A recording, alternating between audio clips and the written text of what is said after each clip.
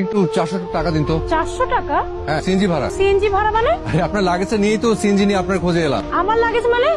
এই যে এটা আমার লাগেজ, আপনাকে কে বললো? কেউ বলেনি, আশেপাশে কেউ ছিল না, তাই ভাবলাম আপনার লাগেজ। কেন এটা না, দাঁড়ান, এটা রেখে আমাকে 400 টাকা দেন, আমি পরে টাকা দিয়ে এটা নিয়ে যাবো। আপনার সিএনজি ভাড়া আমি কেন দিব বলেন তো? তা ঠিক, আপনি আমার ভুলের মাসুল কেন দিবেন? আচ্ছা, আমাকে 400 টাকা লোন দেন। আপনাকে আমি চিনি না, জানি না, 400 টাকা লোন কেন দিব বলেন তো? আপনার কাছে থাকলে দেবেন, না থাকলে নাই। আমার থাকলেই বা আপনাকে কেন দিব? আমার বাবা কি বলতো জানেন? বাবা বলতো যে যখন পারবি না তখন সহযোগিতা নিবি, হাল ছাড়বি না, হেরে যাবি না। আর যখন পারবি তখন সাধ্য মতো সহযোগিতা করবি। একটু আমার দেরি হয়ে যাচ্ছে। আচ্ছা, একটু দাঁড়ান। আমার কাছে এই মুহূর্তে কোনো টাকা নেই, ঠিক আছে? আমি আপনাকে এই ঘড়িটা দিচ্ছি, মানে জমা রাখতেছি। আপনার কাছে অনুরোধ, এই ঘড়িটা আপনি বেচে ফেলেন না। আমি আপনাকে টাকা দিয়ে আপনার ওই 400 টাকা দিব, দিয়ে এই ঘড়িটা আমি নিয়ে যাবো। এটা হচ্ছে আপনার ফোন নাম্বারটা লাগবে, আপনার গাড়ির নাম্বারটা আমি রাখবো, আর আপনার বাসার ঠিকানা। এই যে শুনেন, আপনার নাম্বারটা আমাকে দেন, আমি আপনাকে টাকা পাঠিয়ে দিচ্ছি, ক্যাশ করে নেবেন। আমার কাছে কোনো ফোন নাই, মানে মোবাইল নেই আর কি। আপনি এক কাজ করেন, কাইন্ডলি সিনজি ভাইয়ের ফোন নাম্বারটা আর গাড়ির নাম্বারটা আপনার মোবাইলে একটু টুকে রাখেন। নাম্বার কত ভাই? 017 আর সিনজি নাম্বার হচ্ছে ঢাকা মেট্রো থ 146439 ঢাকা মেট্রো থ। ঠিক আছে ভাই, আপনি যেতে পারেন। কিন্তু আমি লাগেজটা নিয়ে এখন কি করবো বলেন তো? আপনি লাগেজটা নিয়ে কি করবেন সেটা আমার দেখার বিষয় না। আমি যে সিএনজি ওয়ালার নাম্বার, সিএনজি নাম্বার নিলাম, এটা দিয়ে আমি এখন কি করব? কাগজের মধ্যে আমাকে একটু এই ফোন নাম্বারটা, সিনজি নাম্বারটা আমাকে একটু লিখে দেন। আসসালামু আলাইকুম। ওয়ালাইকুম আসসালাম। ভালো আছেন? হ্যাঁ, ভালো আছে। আপনাকে তো তোমাকে তো চিনতে পারছি। মানে অন্য একজনের উপকার করতে এসে নিজেই বিপদের মধ্যে পড়ে গেছি। কি করবো সেটা বুঝতে পারছেন না। কি করবো বলেন তো? কিসের বিপদ? পুরো ডিটেইলে বলবো নাকি এই মুহূর্তে যে বিপদে আছে সেটা বলবো? এই মুহূর্তের সমস্যাটা কি? সকাল থেকে শুধু পানি, কোনো নাস্তা করিনি, পকেটে নট সিঙ্গেল টাকা। এটাই একটা বড় সমস্যা। খাওয়ার ব্যবস্থা করতো। আর শুধু গাড়ি সাইড করে রাখো, ভিতরে ঢুকাইতে হবে না। আমি বেরোচ্ছি এখন। না না, লাগেজ টাগেজ নিয়ে ঢোকা যাবে না। এর মধ্যে কি বোম টম না পিস্তল টিস্তল আছে কে জানে? আর এখানে যদি অন্য কিছু থাকে, বাইরে থেকে লাগছে যদি কেউ নিয়ে যায়, তখন ঠিক আছে, আমার ভেতরে ঢোকা লাগবে না। আপনি খাবারটা নিয়ে আসেন এখানে, আমি এখানে বসেই খাবো। মানে? এখানে এই ফুটপাতের মধ্যে বসে খাই, কোনো অসুবিধা নেই তো। ফুটপাতে কত খেয়েছি। না হয় এখানে এভাবে খাওয়ার অভ্যাস আছে, আমাদের এভাবে খাওয়ানোর অভ্যাস নেই। দরজার বাইরে বসে খাওয়ার অভ্যাস তো আমারও নেই। আজকে খাবো, অভ্যাস হয়ে যাবে। আচ্ছা, এই গেটের ভেতর বসেন।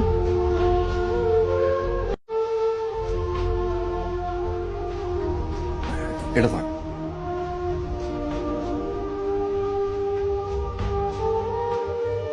খাওয়া শেষ? শেষ মানে এখন তাহা ঘুমাইতেছে খাওয়া শেষ করে যায়নি? ওই যাইবো এত লাগেজের উপরে ঘুমাইতেছে। আপনি কি শুরু করলেন? কিরকম? এখানে শুয়ে আছেন কেন? কোথায় শোবো? আপনি কোথায় শুবেন, কোথায় ঘুমাবেন আমি কি করে জানবো? একটু সময় নিচ্ছিলাম আর কি, মানে ভাবছি যে এটা কিভাবে যাবো, গন্তব্য ঠিক করছি। তাছাড়া খাওয়াটা বেশ জম্পেস ছিল, মানে একটু পরে চলে যাবো। একটু পরে মানে কতক্ষণ পরে? কিছুক্ষণ না, চলে যাবো। এই পুরো শহরে আমার এখানে কেন আসতে হলো? ভেবেছি লাগেজটা আপনার। আপনার কেন মনে হলো লাগেজটা আমার? এই লাগেজের ভেতরে একটা মেয়ের বিয়ের জন্য যা যা দরকার, শাড়ি, গয়না, এটা দেখে মনে হলো আপনার মতো ধনী কারো হবে। তাই নাকি? দেখি। এখানেই এখানে দেখবেন, মানে এখানেই খুব অসুবিধা নেই তো? না থাক, ভেতর আসুন। আচ্ছা, আপনি তো থেকে টাকা নিয়ে সিএনজি ভাড়া কি যে বলে, আমি অন্যের টাকা না বলে কেন নেব? সেগুলো কারো বিয়ে, এই যে হচ্ছে সেই বিয়ে বাড়িতে একটা কাজ করা যায়। কি?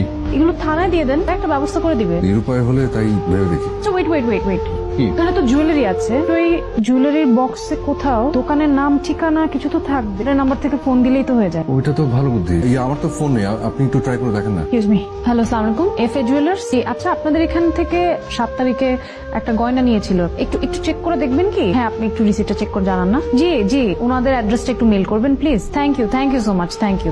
আচ্ছা, ঠিকানা পাওয়া গেছে, আপনাকে লিখে দিচ্ছি, আপনি নিয়ে যান। আমি বলছিলাম যে আপনি আমার সাথে চলুন না, মানে আমার কাছে আসলে ভাড়াটার কিছু নেই। ওনাদেরকে আসতে বলি, নিয়ে যান। কাউকে বললে আবার এতগুলো জিনিস মিসিং টিসিং হয়। আপনি আমার সাথে চলুন না, এই বাড়িতে গেলাম, এই জিনিসপত্রগুলো পাই টু পাই বুঝে দিয়ে আসি। শুনুন, আমি কিন্তু ভালো মানুষ, বুঝতে পারছেন না, তাই নিজের সার্টিফিকেট নিজে দিয়ে দিলাম। এত ভাববেন না প্লিজ। হয়তো সেই মানুষটা আপনার মতো কেউ একজন এটার জন্য নিশ্চয়ই অপেক্ষায় আছে। ঠিক, নিশ্চয়ই পৌঁছে দেওয়ার পর সেখানে আনন্দের রোল পড়ে যাবে। অবশ্যই। তোমার মতো একটা দায়িত্বজ্ঞানী ছেলের কাছে এত বড় দায়িত্ব দেওয়াটাই আমার ভুল। লাগেজ নিয়ে যেসব জায়গায় গিয়েছিলে সব জায়গায় খোঁজ করেছো? আমি তন্ন তন্ন করে খোঁজ করেছি। এটাই তো না? হরই কথা, বিয়ে বাড়ি। আমরা একটা জরুরি বিষয়ে কথা বলতে এসেছি। গার্ডিয়ান কেউ আছে? আচ্ছা, বাড়ির বড় কাউকে একটু ডাকবেন তো। দুইজন অপরিচিত মানুষ এসেছে, বলছে গার্জিয়ান ডেকে দিতে। আমার সন্দেহ লাগছে না? সে সন্দেহ ফেসবুক ইন্টারনেটে দেখিস না, ছেলের বিয়েতে প্রেমিকা হাত। কি ব্যাপার বলেন তো? এই যে মেয়েটা গেল, সে কোনো নাম নেই। এটা তো দেখছি এভাবে হবে না আসলে, যা করে ডাইরেক্ট আওয়াজ দিয়ে করতে হবে। আসুন তো। একজন লোক এসেছে, আচ্ছা আমাদের কিছু হারিয়ে গিয়েছে কিনা? চুপ চুপ তাড়াতাড়ি চুপ।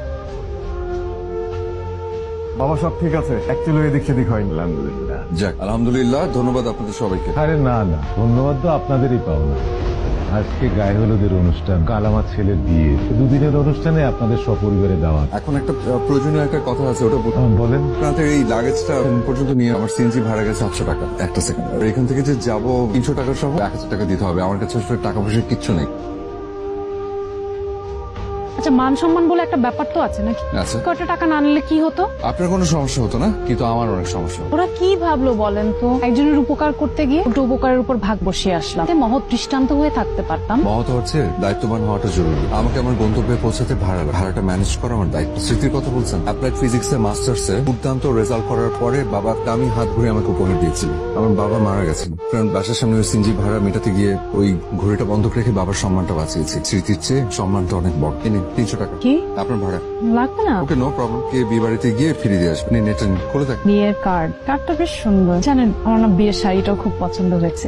বিয়ের যে গয়নাগুলো সেগুলো অনেক সুন্দর। নিশ্চয়ই কালকে মেয়েটাকে দেখতে সুন্দর লাগবে, তাই না? মনে হয়। যাবে? হ্যাঁ, আমাকে এখনই যেতে হবে। সেটা বলছি না, কাল বিয়েতে যাবেন? আপনি যাবেন? যদি আপনি যান তাহলে না, মানে আজ যেমন আপনি বললেন আমি আসলাম, তেমন আজ আমি বললে আপনি কাল আসবেন। বিয়ের শাড়ি গয়না এত সুন্দর, মানে হয় না মাঝে মাঝে খুব দেখতে ইচ্ছা করে মেয়েটাকে কেমন লাগবে।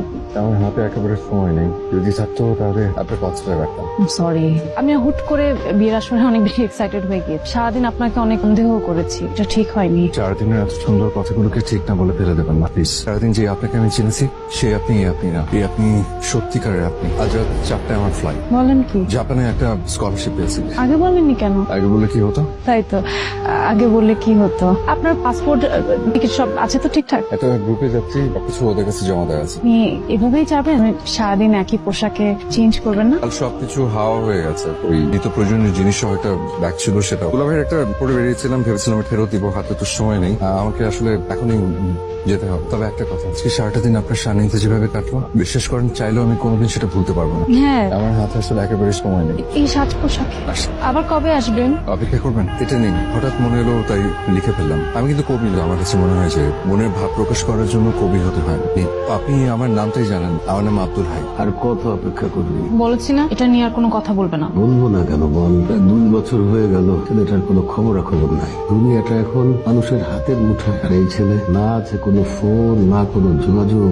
তার জন্য কেন? তোমাদের বিয়ের কত বছর হলো বলো তো? এখনো কেন তুমি রাত করে বাড়ি ফিরলে আর খাবার নিয়ে তোমার জন্য অপেক্ষা করে? আমাদের তো বিবাহিত জীবন, তোদের বিবাহিত জীবনে দুঃখ, আনন্দ, বেদনা এই তো আছে। আমারও এটাই হবে। দেখো, তুমি বসো, আমি বলছি।